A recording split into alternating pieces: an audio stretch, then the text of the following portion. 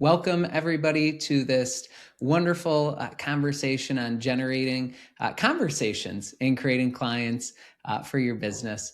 And we have a wonderful guest named Amrita, who I will let introduce herself.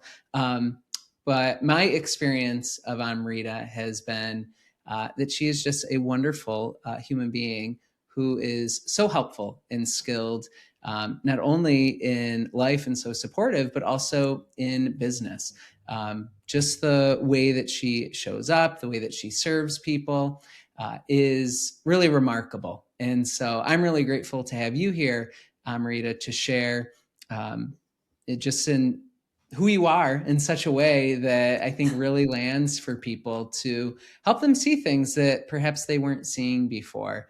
And I'm just so grateful for you to be here. But yeah, I'll let you introduce yourself. Yeah. Thank you so much, James, for inviting me here. Yeah, who am I? I mean, this is a very fluid concept, isn't it? Yes. We constantly redefine ourselves, reinvent ourselves. But I'm Mm. happy to introduce myself in the main line. So I was born and raised in Switzerland. I live in Geneva. I have been working as a coach since 2018, and I just love my profession, my vocation. I work in French, English, and Italian, and I've been running my own business successfully for the last 5 years.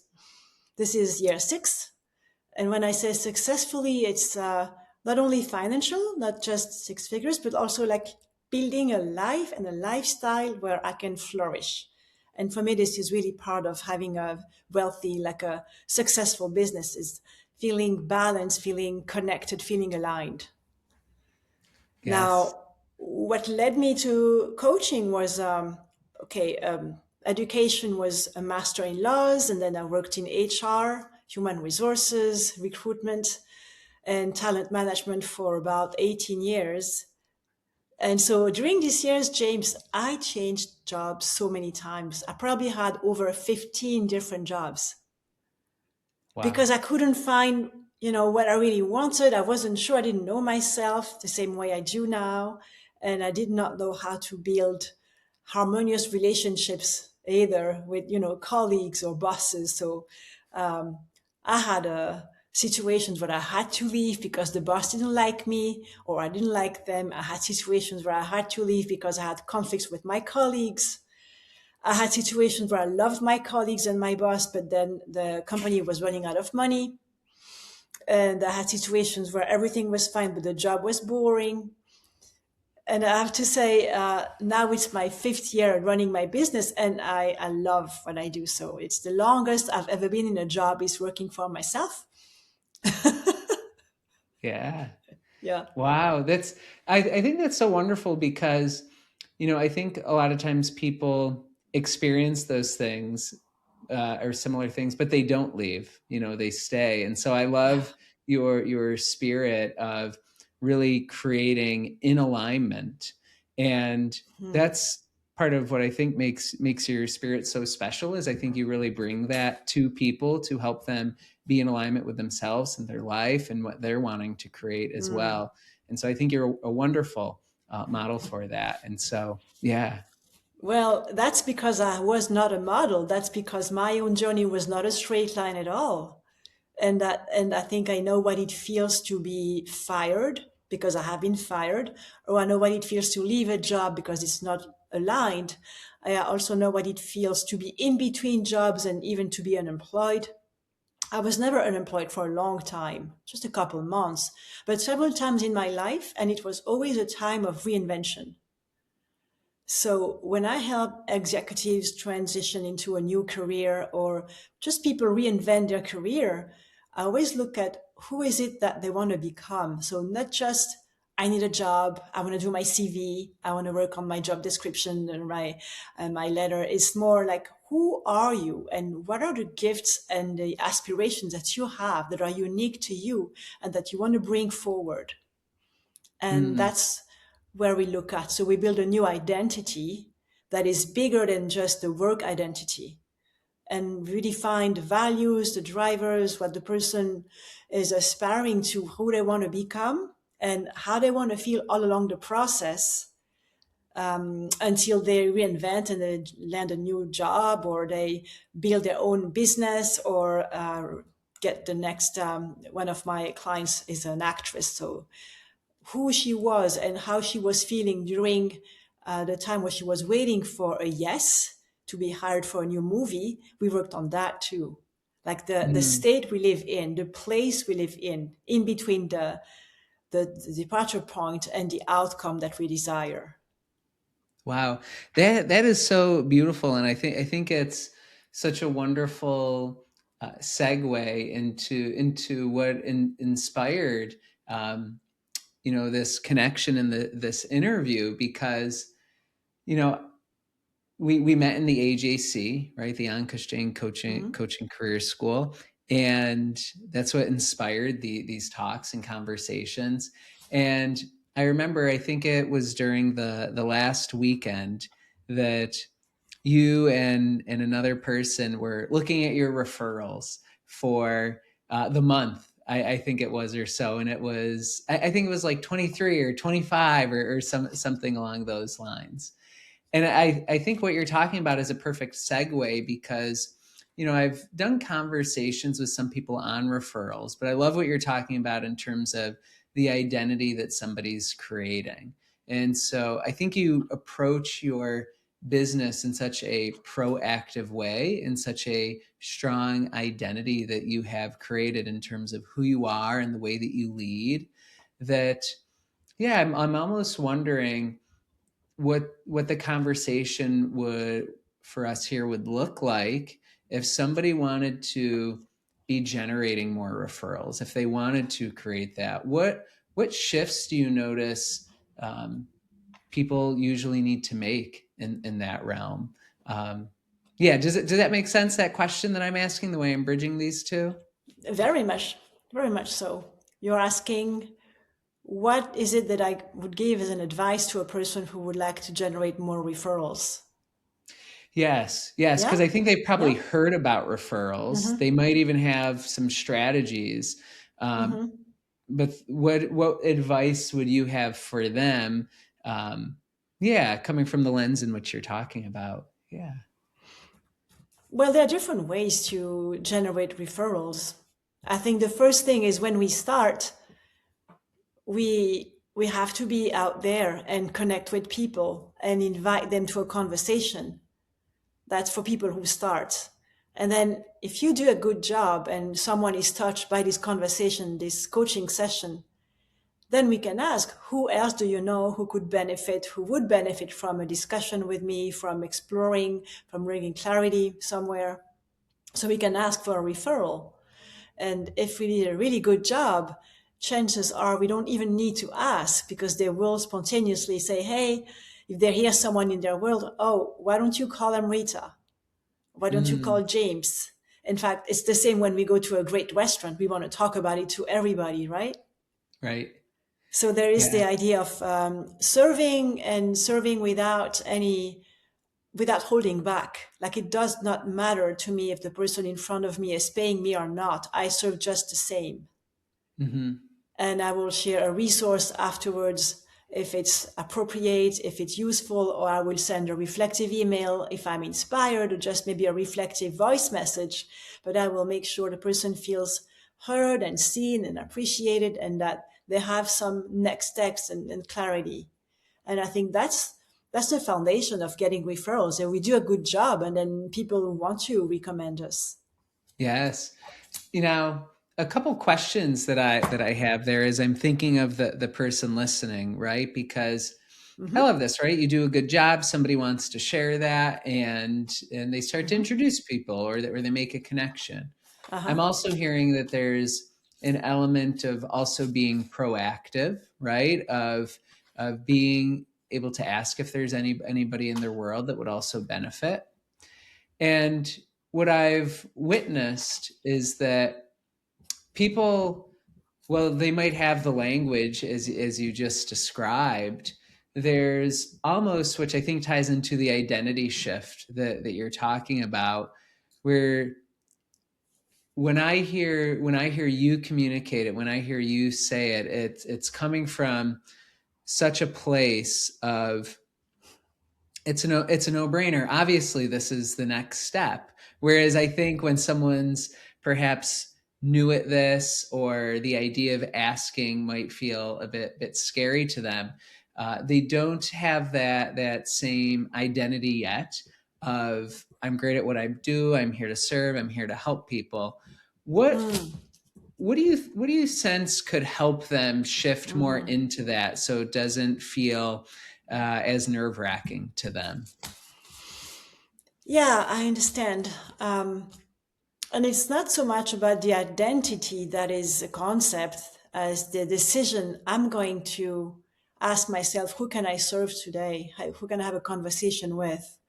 So what really matters is that knowing that you have something to give and that anyone who crosses your path will be blessed and will benefit from having this conversation with you. You know, Steve Chandler was talking about this lamp post. He said, Hmm. if you spend an hour talking to a lamp post every day, you will have more focus, more clarity. You will feel better.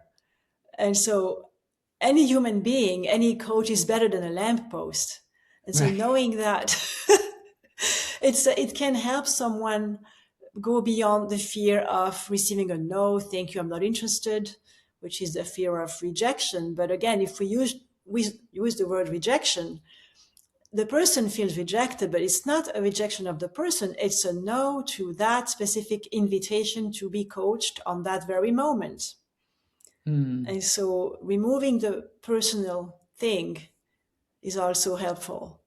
And in Switzerland, and maybe in the US too, or in the UK, there is this. In Switzerland, it's really important to not disturb others. There's a fear of disturbing others. I don't want to offer. I don't want to be seen as I'm insisting, or I don't want to be seen as salesy. I would say what really matters to not care so much about that, how people see us, but being willing to disturb for the sake of serving and helping, Hmm. because there are chances people say, yes, please, I would love that. I would love to speak with you. And just Wow. trusting that. Yeah. So what I'm hearing is that it's really them seeing that it's making a difference in somebody else's life, Yeah. that they have something to give, which is far better than a lamppost. And creating that space for somebody to have a conversation that they probably aren't having anywhere else. Yeah. And I'm also hearing that when somebody says no, it doesn't mean that they're saying no to you. They're saying no to the specific question or the request, which I love the way that you are sharing that, because I think yeah, exactly. I guess the inverse of this is if they ask someone, they think, oh, they don't like me. It's a no to me. It's the worst thing in Mm-hmm. the world. But if Mm-hmm. they could just hear that it's a no to the question, just as you mentioned Steve Chandler, that if somebody goes out to dinner and the waitress says, "Would you like dessert?" and you say, "No, thank you," it's the equivalent of that. It's no more, no less. It's simply a question, and Mm-hmm. it may be a no and it may be a yes. That's right. That's right. It's like this is the same thing I say to job seekers, people who are sending job applications and like, oh, I got rejected. And say, you didn't get rejected. You received a negative answer to a specific application for a specific job at a specific moment. It's really Mm, different because what people do, they take it personally. yeah. Yeah, absolutely. I love that example because there's there's people that I've spoken with that sometimes when they're looking, they've had a senior position and they might sometimes apply for something different that sometimes might even be a little lower, and they might get a no for that. And then Mm-hmm. they think, oh, I can't even get what I used to have, Mm. or am I going to go back down here? And I love the way that you're sharing that, because they aren't seeing that it's a particular moment for a specific question or interest. And oftentimes it's actually an opportunity to rise up, to move on to the next thing. That's right. It's exactly that. So no, Steve also says yes lives in the land of no. Mm, So if I keep reaching out, I stay in the game, I offer my services, my support, after a while people say yes. right. And then we learn It, also there are ways to propose our services, right? There are ways to make it sound like this is not a favor they're giving you. This is you offering a gift. So there's a question sure. of posture. And again, it's the same with job seekers. And I was talking to a client 2 days ago about that. Like if you go to people say, I really need a job, I need a job. This is like a beggar position, which is not Mm, the same as knowing this is what I know what to do. This is my experience. These are my skills. This is what I master. And where can I give that? Where would that be useful? To which company and which organization can I offer my journey, my experience, my passion? It's different. right. It's really them seeing that that what they have to share, what they have to give, is Yeah, truly a blessing. As you exactly. started, that it's a blessing for them. Yeah. It makes a difference. It really is a gift. And so this posture that you're talking about. So let's say Hmm. somebody's hearing this and they're realizing they could um, perhaps ask for referrals or I was about to say, or things like that, but a Hmm. referral. If they could ask for a Yeah. referral, Yeah. if there's somebody in someone they know their life. Um, when you say their posture, there's different ways to ask. What have you found most useful, or what have let's create some contrast. What have you seen people try to do that you notice doesn't really work, like maybe Ah, an unhelpful posture, yeah. versus what are some postures that you've seen work really Yeah. well? Honestly, I remember I sometimes I had the feeling I was asking for a referral or just offering, gifted sessions in a way that was easy to receive. But in some, like in a corporate setting where I gave a leadership workshop, actually a leadership training for 10 leaders. And then after that, I spoke to some of them and I said, I'm happy to give a session to anyone in your world who could benefit from that kind of work. Mm, And for some of them, that sounded as salesy, and for some of them, that sounded as a beautiful opportunity.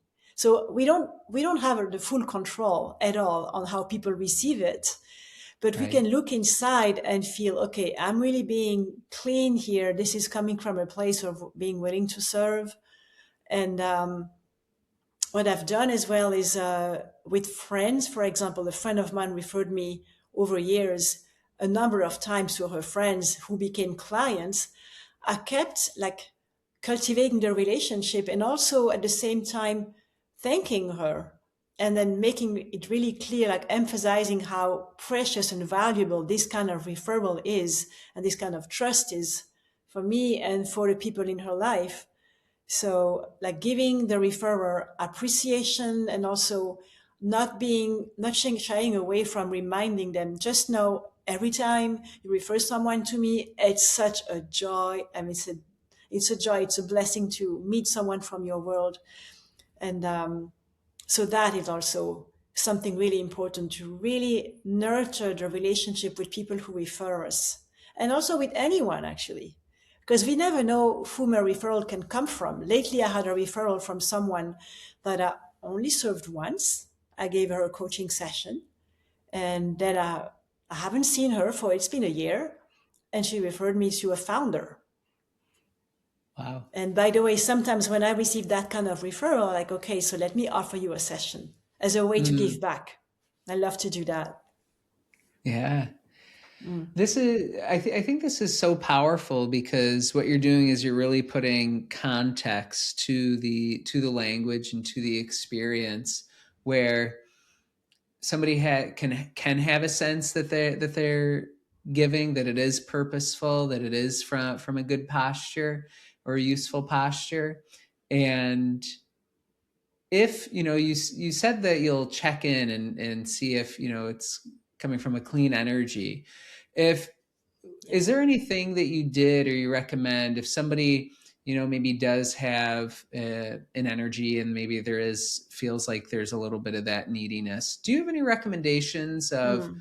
what they can do Yeah. to sort of recenter? Because I think if they feel that, they might think, "Oh, I can't do this." But is it a Hmm. matter of just kind of clearing and shifting their experience to then do it at a later point? Yeah. I have, so in these 5 years of running my business, I have been feeling this neediness multiple times.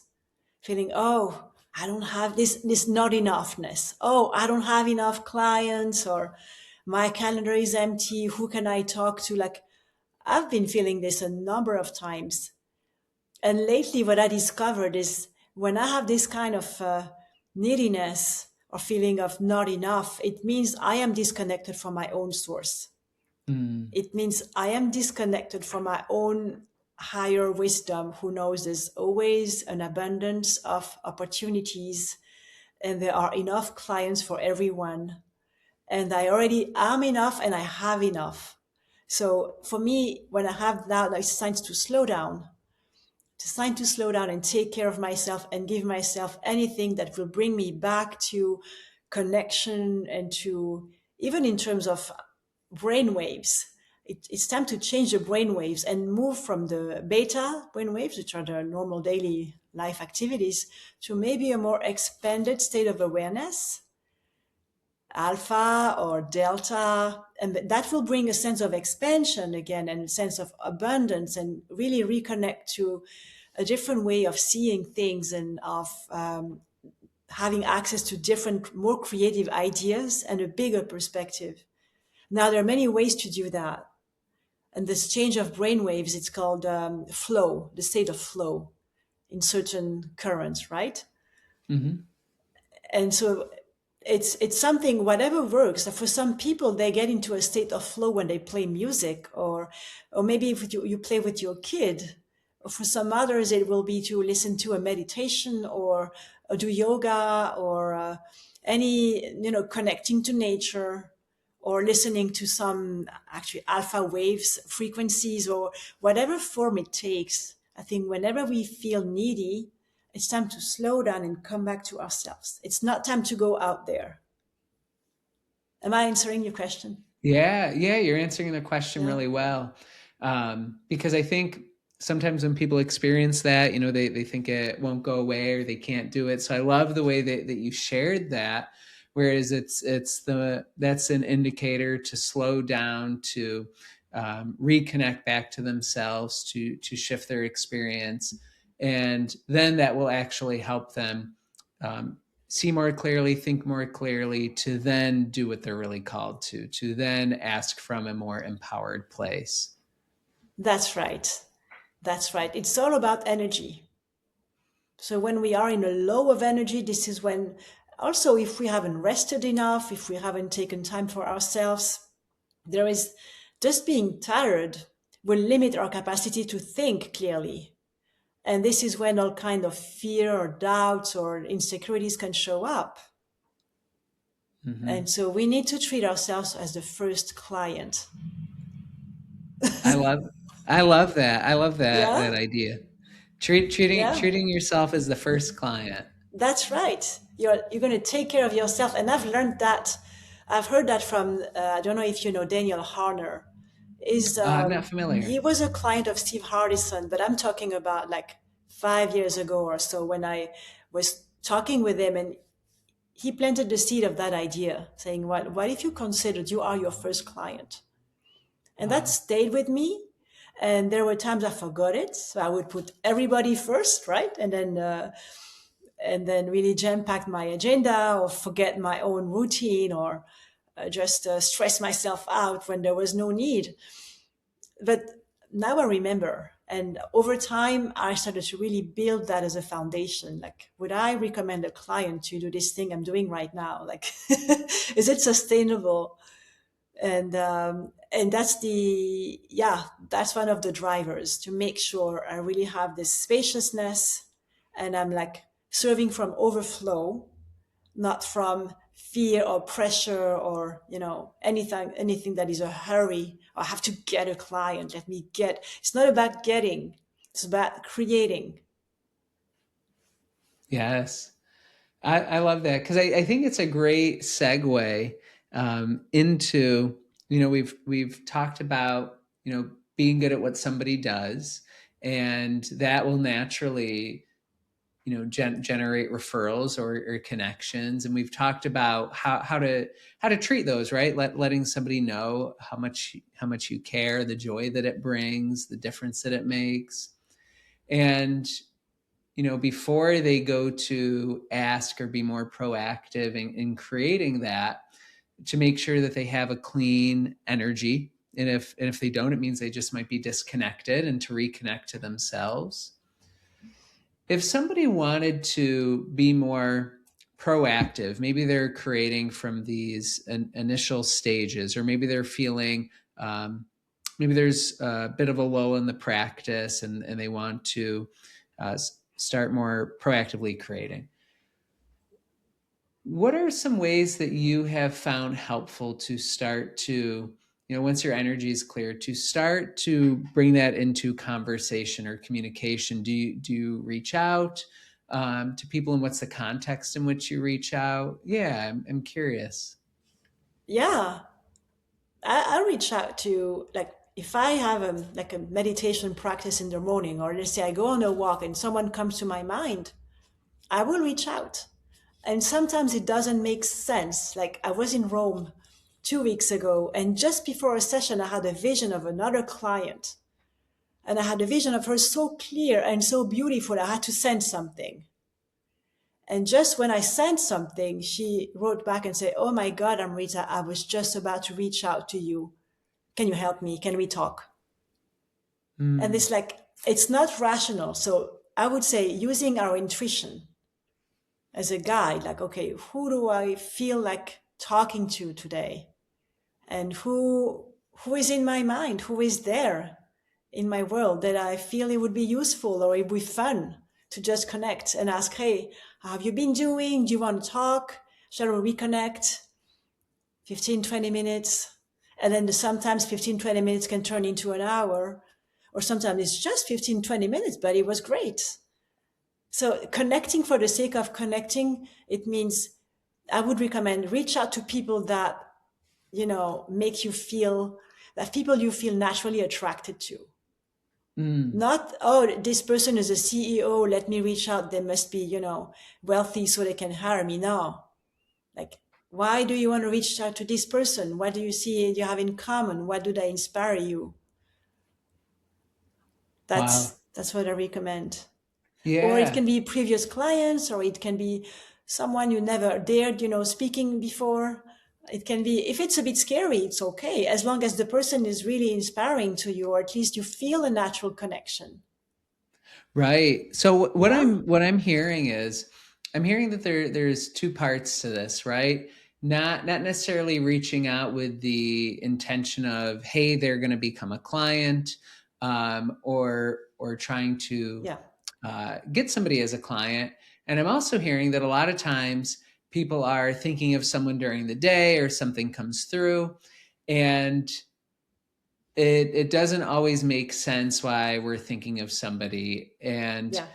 to, in a sense, follow one's own, their own unction, their own inspiration to reach out. That Mm-hmm. sometimes it not making sense is why they don't, but to Mm-hmm. just simply follow that. Mm-hmm. And that can look as though it's sharing something, seeing how somebody is, or they might have a thought or something that came up to share that with them. Yeah, exactly.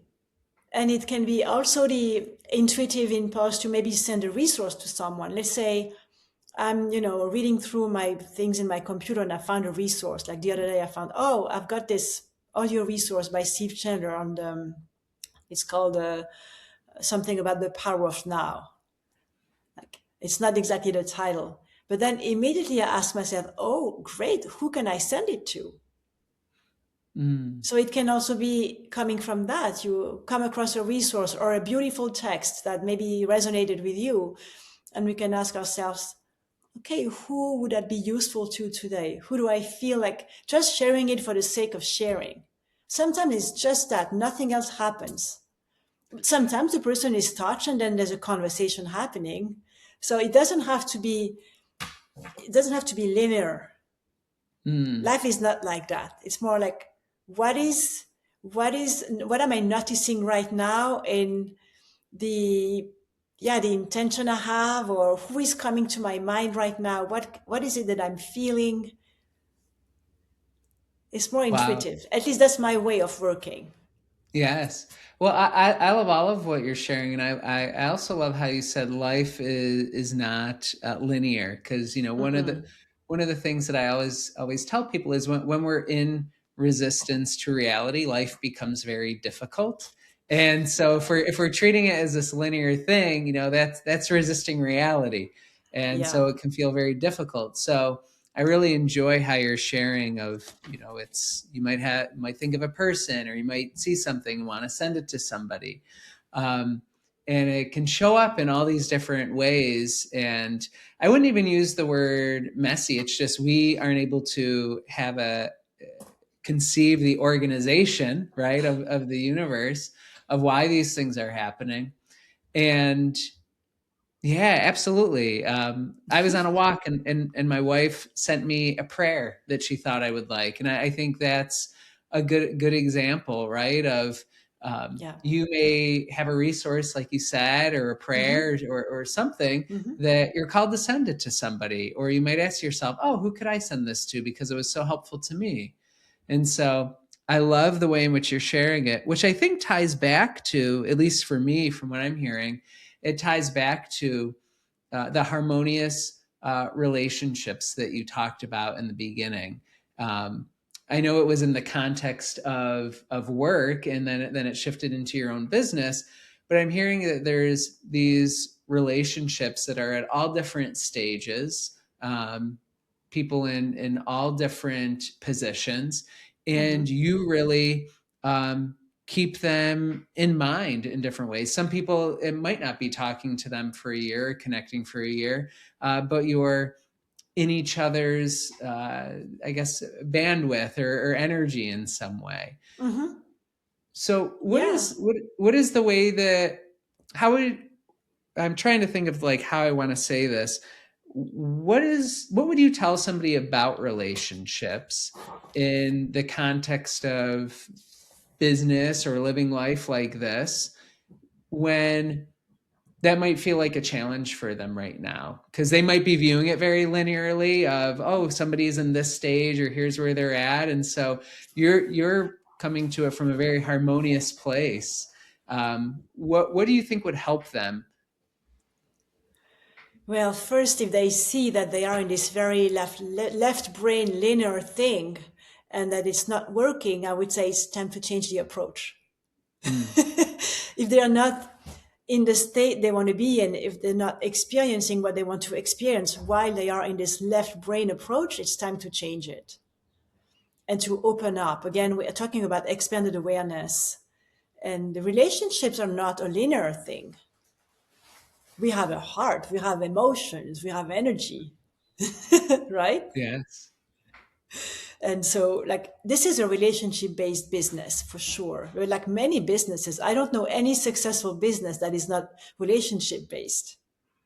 Or maybe there are, but more in the like more abstract things, or I don't know. Like if you're a trader, you don't have to necessarily know how to build great relationships. And again, I Right. don't know much about this profession, so I wouldn't even say that.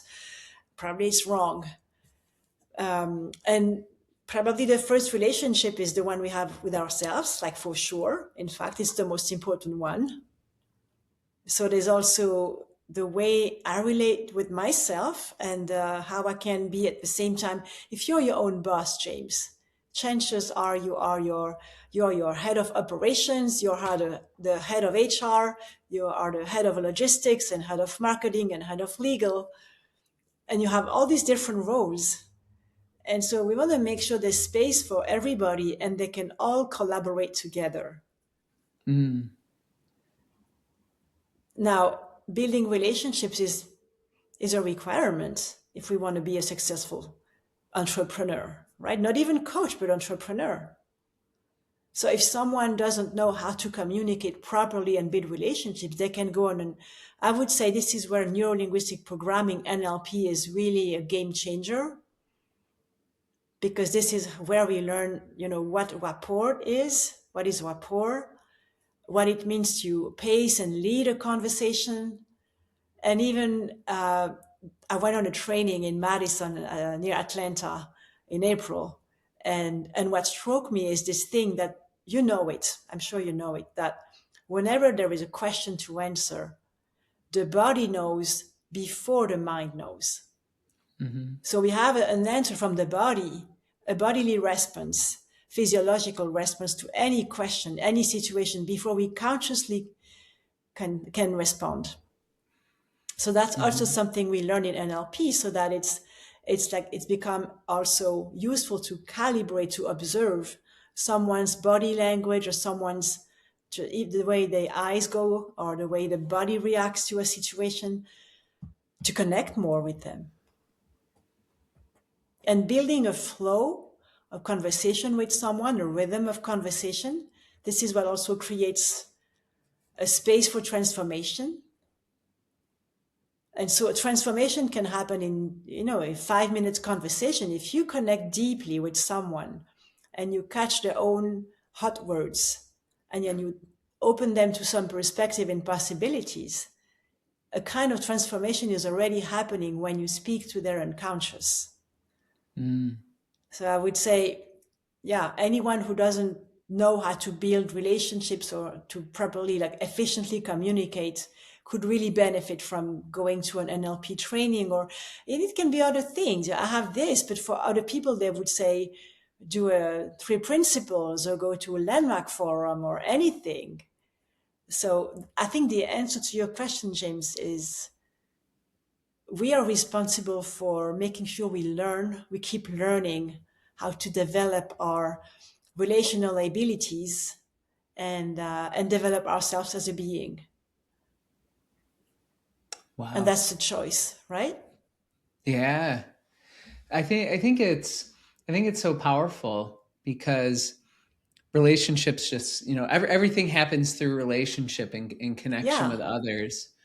Um, I'm curious, would you have a recommendation for anyone of the way in which to think about um, relationships? Because I think for some people, relationships are very much the people they're surrounding themselves with, and I think some people might, like, for instance, you said there was someone that you hadn't spoken to in a year, and I think some people might go, oh, do I really have a connection or relationship with that person if I haven't spoken to them in a year? And um,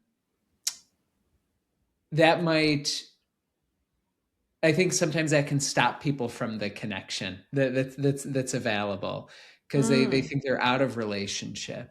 And so, do you have a recommendation of how to think about relationships Mm-hmm. in I guess in an adult way, right? An Mm-hmm. adult Yeah. in an adult and professional way Yeah. where it's not as connected as perhaps they were when they were younger or Mm-hmm. with friends in their local area. Yeah. Does that Yeah. make sense? It makes sense. Totally. Well, first, I think people who are a coach today, they had a previous profession before. And so the people who trust you already professionally, are the ones you can reach out to. We all have previous colleagues, and we have favorite colleagues or less favorite colleagues, but I would say reaching out to these circles, people who already trusted you professionally before. And then there are all the people that we have a relationship with, like in daily life. It can be your insurance guy, it can be your banker, it can be your butcher, or your landlord. I've got a friend who, when she came to the training in Atlanta, she went to an Airbnb, and then she connected with the owners of the Airbnb, and they became her clients. So, Wow. like, we always connecting with people. Mm, yeah. It's So yeah, there's it can be your neighbor. It can be Right. if you're a father, so you're going to meet all the kids at kindergarten. It can be any parent there. I would say we have to get in the world, and like it's many, in many ways, in many different ways. If you're a parent, it's different than if you're retired. If you're retired, maybe you have an interest in hiking or playing music, and you're going to meet people there. This I think I love this. I think it's so important because you didn't say this specifically. I loved everything you said. You didn't say this specifically, but what I'm hearing that I want to share is when we meet someone and we connect with people, uh, every connection is just at a different level of relationship. Some people we have a Hmm. closer connection with, some people it's not as strong of a connection, but we there's still a connection there, Yeah. and so I love that. Um, and and to be open and to be willing to go and talk to those people, to continue to connect with those people. um, as we're winding down here, um, yeah, what would you like to leave people with? What would you like to let them know? Um, well, I would like to let them know that if they want to talk more, they can reach out, and they can find me on social media, on LinkedIn, Amrita Auer, on my website, amritaauer.com. And I really want to say that we can reinvent ourselves at any time, any age. And that's important because I see job seekers saying, oh, I'm over 50, I won't find a job. Or I see people who are under 30 saying, I don't have any experience, I won't find a job. Or I have people, middle managers say, I'm going to get fired. So we can, the mind has a tendency to put limitations, whatever the situation is, right? Or, Mhm. oh, I won't meet anyone right now, I'm too old. Like there's no age for love. And this is what I would say, to not believe all these limitation thoughts that we have, and to be open to possibilities, to cultivate that state of awareness, that state of also, um, yeah, again, flow, trance. Being in the flow means you're connected to your essence, you're connected to life. You know that all we are is change. We're constantly changing, constantly. This is what I would like to say. Perfect. I love that. And if somebody wanted to reach out to you, what did you say your website is? It's my first name, familyname.com, amritaauer.com. Okay, perfect. I'll Yeah. make sure I include that. And if Thank anyone you. would, yeah, absolutely. And if anyone would like to reach out to me, it's jmwhiteman.com. Thank you so much, Amrita, for making time to be here and share just from your heart and from your experience. You're such a powerful creator, and clearly under the concept of reinventing, and it happens so frequently for so many of us. So it's so important. And thank you. Well, I thank you because you are an incredible facilitator.